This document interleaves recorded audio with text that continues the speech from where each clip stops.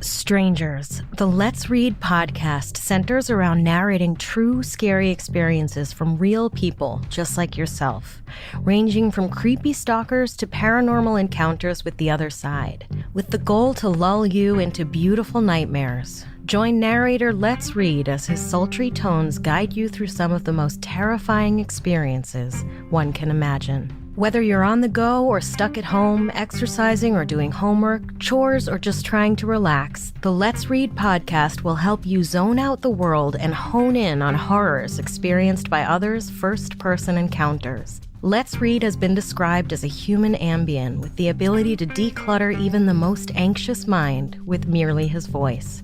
And with over 600,000 subscribers on YouTube and podcast platforms, one can begin to understand why. Subscribe now on Apple Podcasts, Spotify, Google Podcasts, Stitcher, or wherever you're listening now.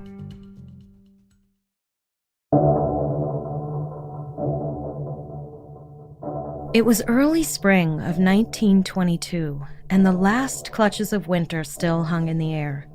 Deep in the heart of Bavaria, in a small town surrounded by the Black Forest, on a farm blanketed in snow, 6 bodies lay for days undiscovered.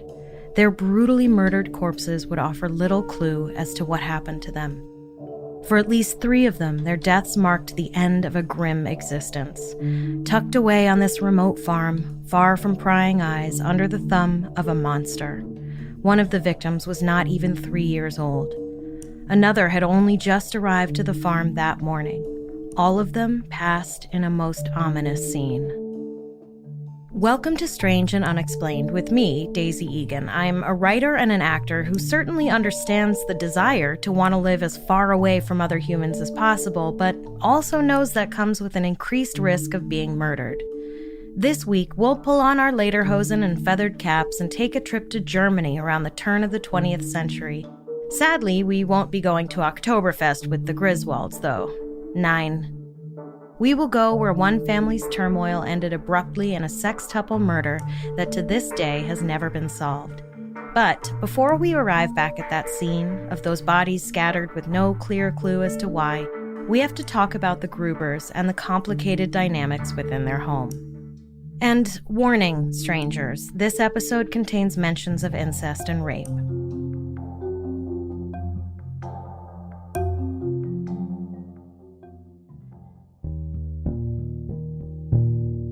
The Gruber farm was a small dairy farm in Hinterkaifeck, Bavaria. I promise there won't be a test later on, but just for some informational purposes, Bavaria became one of the founding states of the German Empire in 1871, which will become important. Just put it in your pocket with your Wiener Schnitzel and save it for later.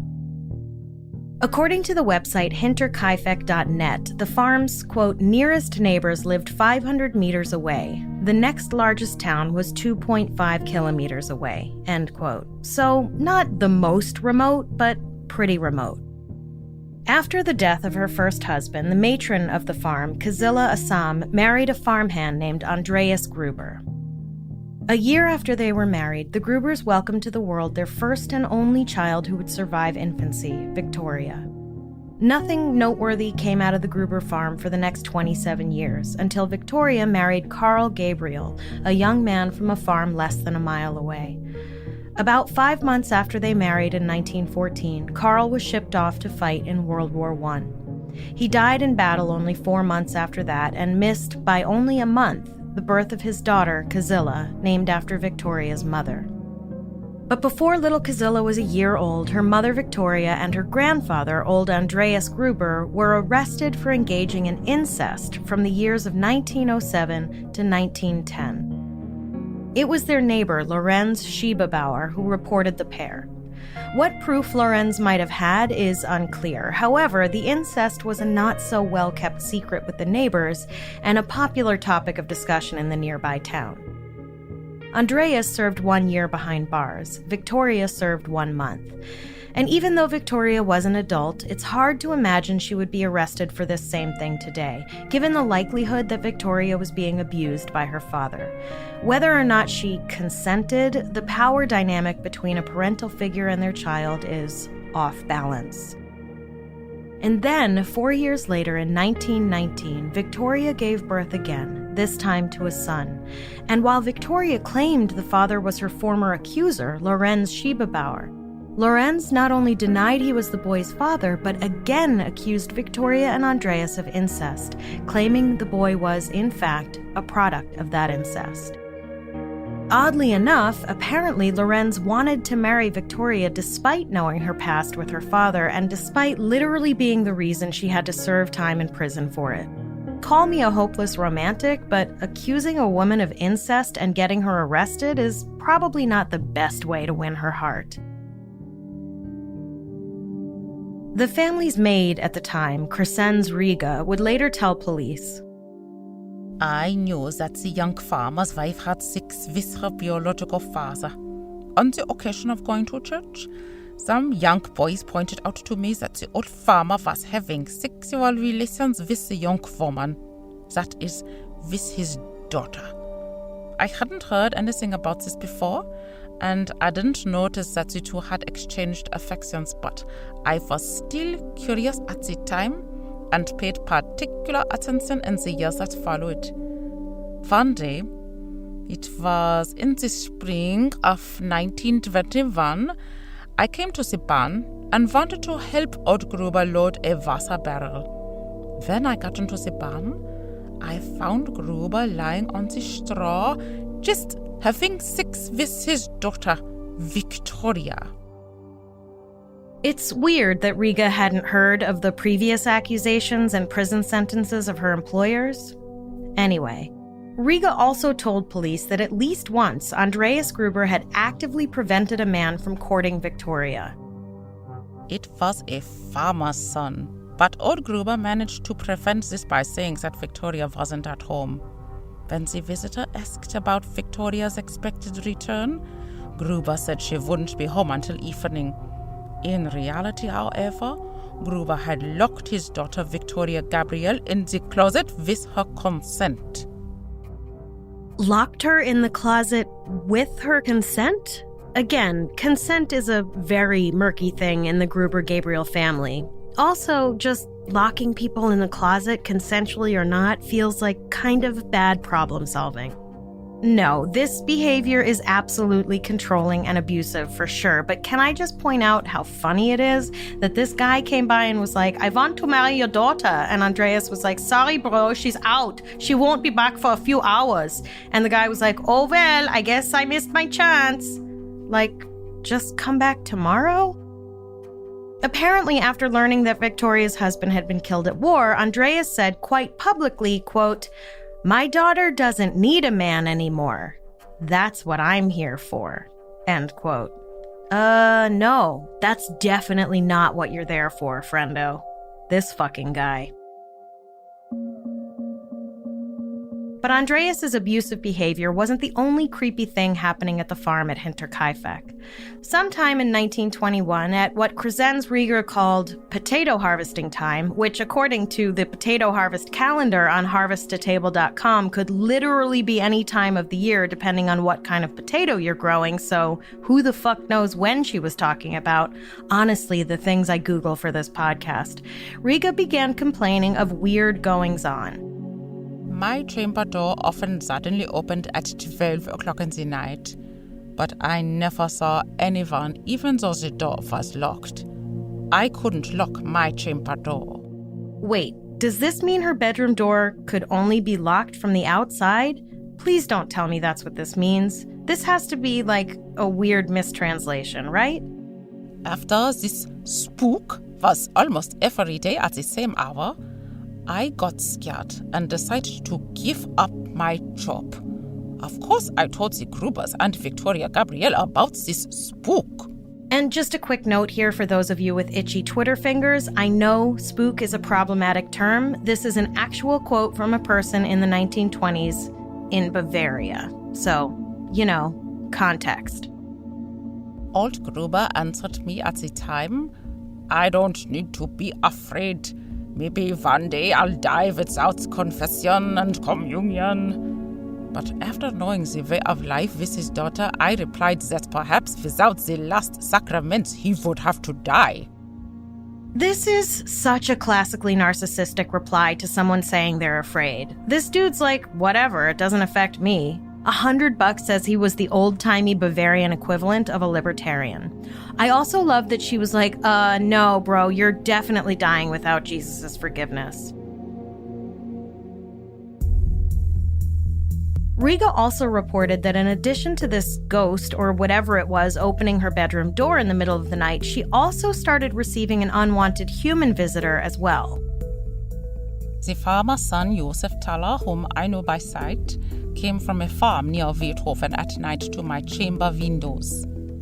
When Josef Thaler came to my room window, I didn't open my window.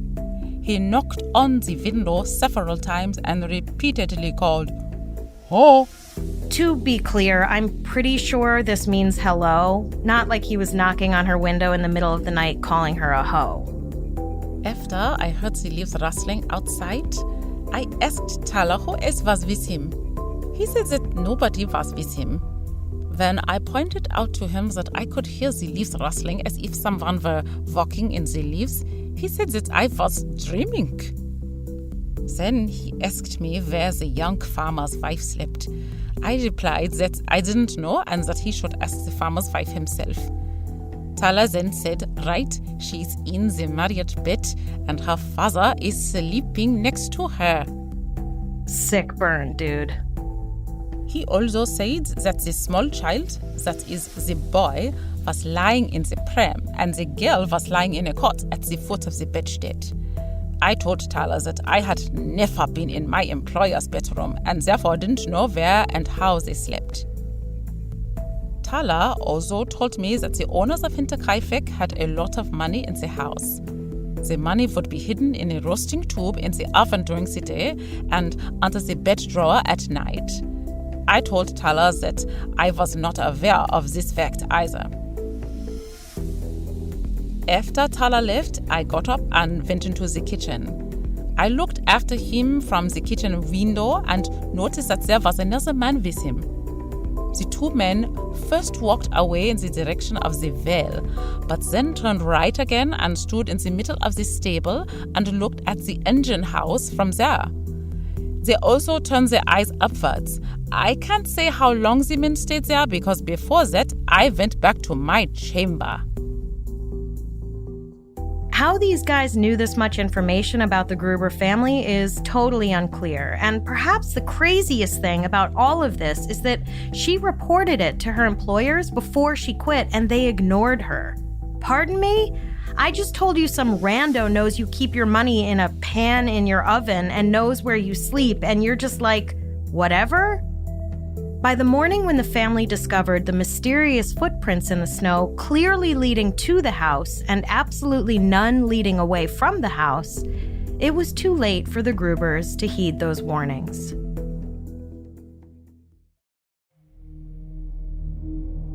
On the morning of Saturday, April 1st, 1922, the Sharofsky brothers, local coffee sellers, stopped by the farm at Hinterkaifeck sometime between noon and 2 p.m. to make their regular delivery. One of the brothers later reported, "We repeatedly knocked on the windows of the house and made noise, but no one heard, and then walked around the house and looked through the windows into the kitchen and the stables, but couldn't see anyone. Just the dog and that cattle made noise. All the doors were locked except for the engine house gate, which was left open. We then left and informed the local residents in the village about our perception." That same day, little Kazilla didn't show up for school. I guess she had school on Saturdays, and the next day the family was absent at church.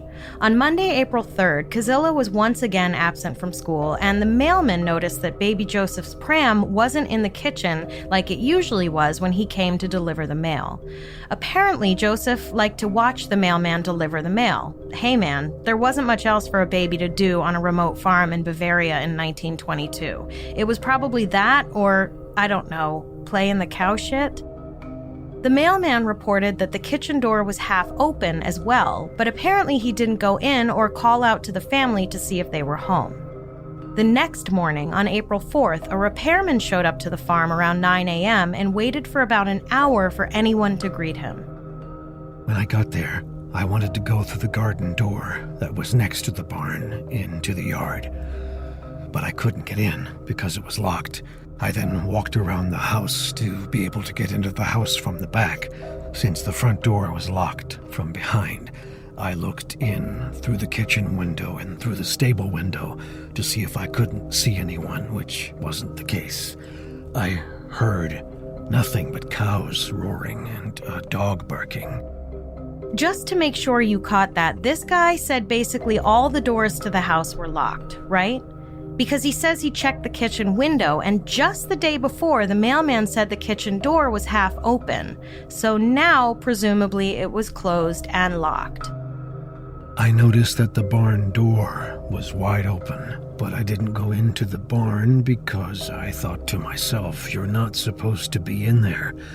But I noticed that nothing was stirring in the barn after it was wide open. I looked superficially into the barn at a distance of about 3 meters, but didn't notice anything. I then walked along the house and to the front door. The dog was attached to the front door, barking terribly. I didn't pay any attention to the dog either because you're used to the dog barking at you when you go to a farm. This guy had no idea the trauma he spared himself from not going into the barn. And that poor dog, it seems, was desperately trying to tell him something, because later that same day, on April 4th, word had finally gotten around that things were awfully quiet over at the Hinterkaifeck farm, and none other than Lorenz Schiebebauer, Victoria's accuser/lover/possible baby daddy, put together a search party and went over to the farm to see what was going on. One source said he went with a couple neighbors, another said he brought his adult sons along. One of the men, Michael Pohl, would later tell police. From the engine house, we then blew open the barn door, and we all three went into the barn. An unleashed cow looked out through the open barn door. Schiebebauer went ahead and towards the stable door. I saw him stumble a bit. I followed him immediately and searched with my feet on the ground because it was already a bit dark. I bumped into something and then said to the two companions, "There's something there." And again, remember that earlier that day, the repairman said the barn door was open. Now, apparently, it needed to be blown open. When Lorenz went further into the barn, he saw a foot peeking out from the hay and pulled on it. The body that emerged was that of Andreas Gruber. They then quickly discovered 3 more bodies nearby. There was the matriarch Kazilla, her daughter Victoria, and Victoria's daughter Kazilla. Lorenz apparently moved the body of little Kazilla for some reason. From there, the party went into the house. How they got in, I don't know. All the doors had been locked earlier in the day when the repairmen came by. They found 2-year-old Joseph dead in his pram in Victoria's bedroom, and another woman lying dead, partially underneath her own bed in the maid's bedroom. That woman was Maria Baumgartner, the family's new maid, whose first day on the job was the same day she and the family were murdered. Witnesses later told investigators that Lorenz's behavior was odd. One man from the initial search party said this. In the engine house, which was tied into the barn, there was a tub of cured meat. Schiebebauer asked me to take some of the meat away and eat it. I'm sorry, what? He asked the guy to take the meat away and eat it? My dude, you want me to eat tub meat that's been sitting near a bunch of dead bodies for God knows how long? Are you, okay? This guy also told investigators. When we were shown through the rooms by Schiebebauer, he showed us an empty wallet in the bedroom. This was on the bed, in the middle of the covers. It was closed. How do you know a closed wallet is empty, friend? What is the German word for shady? Needless to say, when police finally arrived on the scene at 6 p.m., it had been contaminated by dozens of looky-loos who had spent hours just traipsing around touching everything. Sometime after midnight on April 5th, more police, this time all the way from Munich, so, the big guns, showed up at the farm. They had to ask Lorenz to put the bodies back the way he'd found them so they could take photos.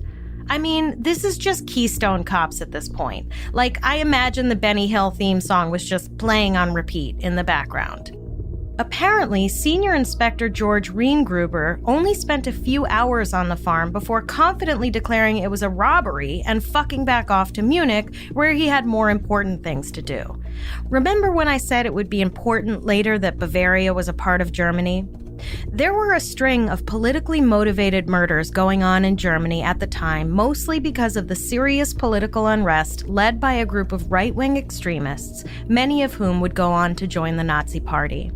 Seems some dude named Adolf Hitler had just been named leader of what would become the Nazi Party and would soon lead a failed coup on the government, for which he was jailed and written off by most as a nut on the fringe, but who would later successfully seize control of the government and commit genocide of people he didn't like. Anyway, the German police at the time felt they had bigger fish to fry and stuck a robbery label on this case as a result. The author of the Hinterkaifeck.net blog made a point that caught my eye on this. They wrote, quote, "Plenty of money and valuables were found in the dead house. And would a burglar out for money really have struck so hatefully? Wouldn't he have taken off with the loot instead of staying and tending the cattle?" End quote. Because, yes, the cattle and the dog had clearly been fed and cared for in the days the family lay dead before they were discovered. Not only that, but there was evidence that someone or someones had been staying in the house while the bodies were left where they'd been slain. After the murders, one man claimed that a carpenter told him he'd been walking past the farm one night after the murders had taken place, and someone emerged from the back of the property with a flashlight and then disappeared back toward the house, though this alleged carpenter never came forward himself. In fact, there's evidence that someone or someones were staying in the house, or at least in the barn, undetected before the family was murdered. During a search of the barn attic, a couple of hiding spots were found, along with some rope used presumably to get up and down from the attic from the outside, where several tiles had been removed. From the hiding spots in the attic, it was pretty clear the family could be observed working in the yard. And indeed, on March 31st, 1922, presumably a day before the family was murdered, Andreas told an acquaintance that he had been hearing strange noises coming from the attic. Also, earlier that same month, someone in the family found a newspaper none of them subscribed to in their house. And, sure, no one had probably heard of froggering yet, the act of living undetected in someone else's house while the people are still living in the house, but come on. First, your maid tells you her door is mysteriously opening on its own, and people are knocking on her window in the middle of the night telling her private shit about the family. Then she quits because of it, and then you hear noises coming from your attic, and you find a mysterious newspaper in your house, and you've found footprints leading to your house but not away, and you don't turn your house inside out to figure out what the hell is going on? Come on, man. Oh, also, 2 days before the murders, Andreas told at least 2 people, including Lorenz Schiebebauer, that his key had gone missing. The key to his house. And that should be enough, right? But it's not. In addition to all of those things that should have sent the family packing for the hills, 1 or 2 mornings before the murders, Andreas apparently discovered his engine house had been broken into, and there had appeared to have been an attempted break-in to another room off the barn. Look, I'm not one to victim blame, and there's never any excuse for murder, but Jesus Christ, dude, you practically got a love letter from the killer or killers saying they were going to kill you. So, based on everything that could be gleaned from the contaminated crime scene, police believed it likely went like this. The killer or killers let themselves into their hiding place a day or so before the murders and waited for the family to go to bed. Once the family was in for the night, they untied one of the cows in order to cause a commotion and draw someone to the barn. Andreas was probably the first to go investigate. When he didn't return, his wife likely followed. When she didn't come back, Victoria probably went to check. And when her mama didn't return, poor little Kazilla, who was only 7 years old, probably went looking for her and met the same fate as her mother and grandma and grandpa and or father Andreas. After that, the killer or killers went into the house and killed Maria Baumgartner, the new maid, who was just going to bed after literally her very first day on the job. Lastly, they murdered little baby Joseph in his pram. Each victim had been struck with a mattock, a pickaxe used for digging and chopping. The elder Kazilla had been struck 7 times and had also been strangled. The injuries were horrific, to say the least, and the only good thing that can be said is that most of the victims likely died instantly and so didn't suffer for too long. Though one wonders why the older Kazilla was strangled if she died instantly. The same cannot be said for the younger Kazilla, Victoria's 7-year-old daughter, who was found with clumps of her own hair in her hands, which she likely tore out in anguish as she lay dying for what the autopsy report said was likely several hours. Incidentally, Kazilla was known to pull her own hair out, which is generally a symptom of severe anxiety, and some believe that she may have been suffering some kind of abuse, most likely at the hands of Andreas, her grandfather, who, remember, was possibly her father, and who may have been abusing her the same way he abused his own daughter. I'm not usually the one to spread rumors about the dead, but you know what? Fuck that guy.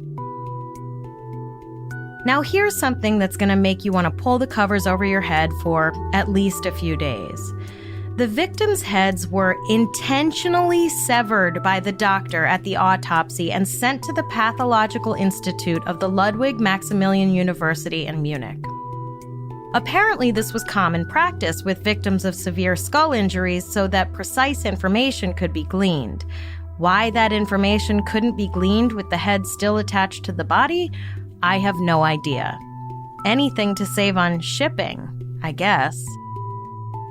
Meanwhile, the scene was thoroughly searched for the weapon, assuming, of course, one of the dozens of people who walked around the crime scene hadn't taken it as a souvenir. A pickaxe was found in the barn, but it had no blood on it, although it was suggested that that was because the cows had licked the blood off. Hold on, I'm gonna go vomit.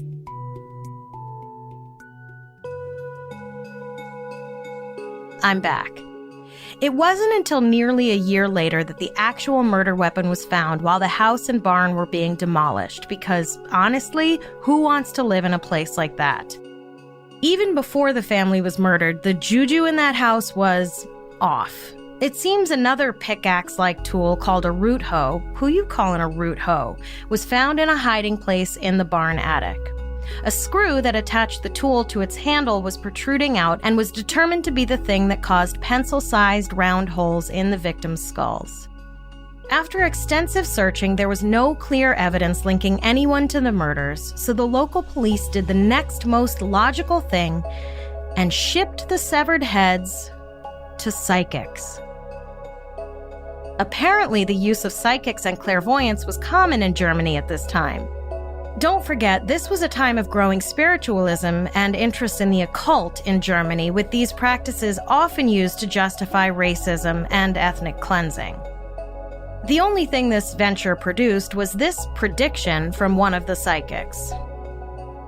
There's something shy about him. Ugly smile, even younger. Furrow in his face. Something piercing in his eyes. Can pretend a lot.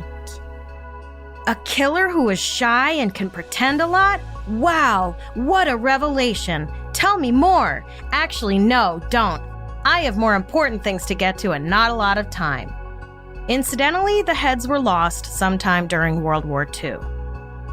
So, with no leads and a box of severed heads just getting shipped around willy-nilly, police had no idea who the killer or killers might have been, even as the list of possible suspects began to grow. So, if anyone was going to go on a murder spree at the Hinterkaifeck farm, one would have thought it would have been Andreas Gruber himself, what with the history of rape, incest, and general disgustingness. But obviously, Andreas didn't bludgeon his entire family and then himself. Bludgeoning is not usually a method of suicide. So, of course, the next best suspect was the jilted lover, Lorenz Schiebebauer. Not only was he the one who got Andreas and Victoria sent off to prison for incest, but he had also wanted to marry Victoria, which Andreas forbid, and he was thought to be the father of Victoria's second child, Joseph. There had been rumors that Victoria demanded money from Lorenz for the care of their child. Plus, he's the one who found their bodies, and his behavior wasn't exactly normal during their search.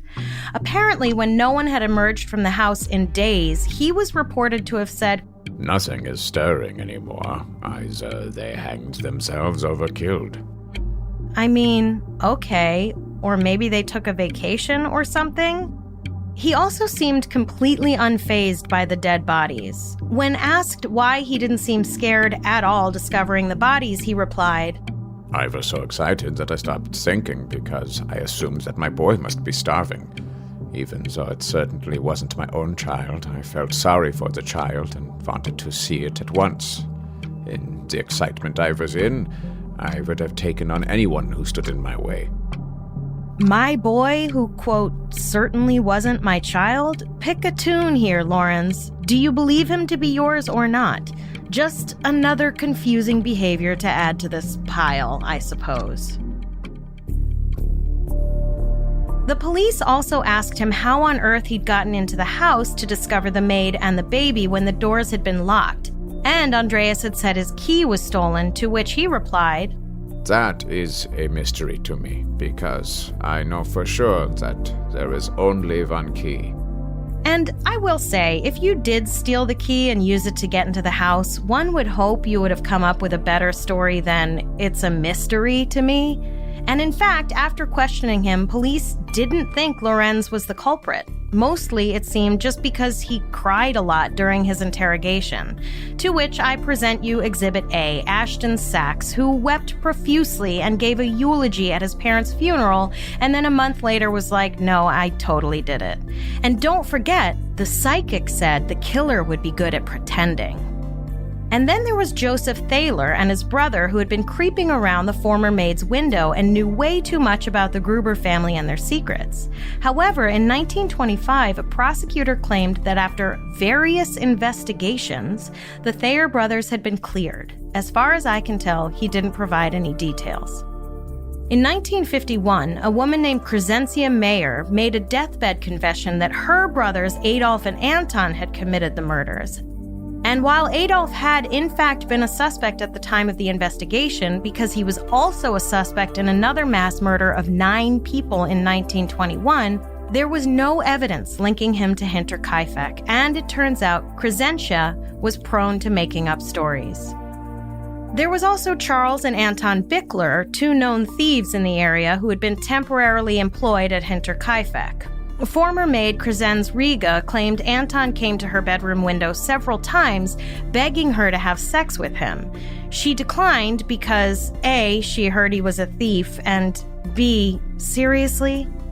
He apparently made some violent threats after Riga turned him down. Also, that was a busy bedroom window. Riga also claimed Anton made threats against the Gruber family because they had money. Allegedly, he said that people who have so much money and suffer no more than burnt bread should all be killed. And when Riga told this to her employers, they again ignored her, and Mrs. Gruber said, "If only someone will eat you because you're so scared." Yikes, lady. Yikes. The brothers had an alibi for the time of the murders, and investigators cleared them. And that was pretty much where everything was left for nearly 100 years, until in 2018, author Bill James suggested in his book The Man on the Train that the same serial killer who'd killed over 100 people in the United States and Canada between 1897 and 1912, and who was also likely, in his opinion, to have been responsible for the Villisca Axe murders, which I covered in Season 1, could have also been responsible for the Hinterkaifeck murders. The man's name was James Mueller and was indeed a German immigrant who could have easily caught a steamer back to Germany after his spree in the U.S. German officials have never investigated this lead. According to the Hinterkaifeck.net blog, it turns out that in 2007, 15 prospective detectives at the University of Applied Sciences for Administration and Law near Munich chose the Hinterkaifeck murders to study for their final thesis. After studying the case, the students all independently came up with the same suspect because, quote, there is too much that speaks against him, hardly anything that exonerates him.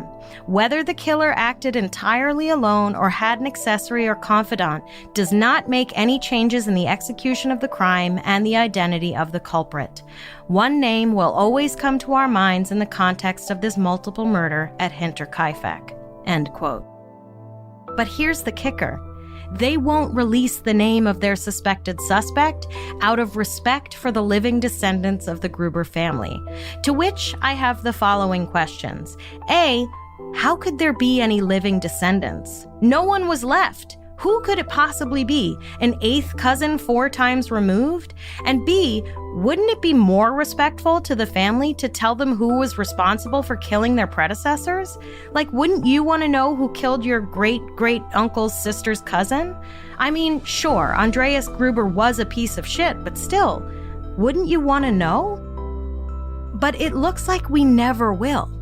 If you're asking me, I'd put my money on the nosy neighbor in the barn with the root hoe. I'm not one to give away my theories this decidedly, but after drawing out a literal mind map on this twisted story to understand it and relay it back to you, I deserve to take a stance. And a nap.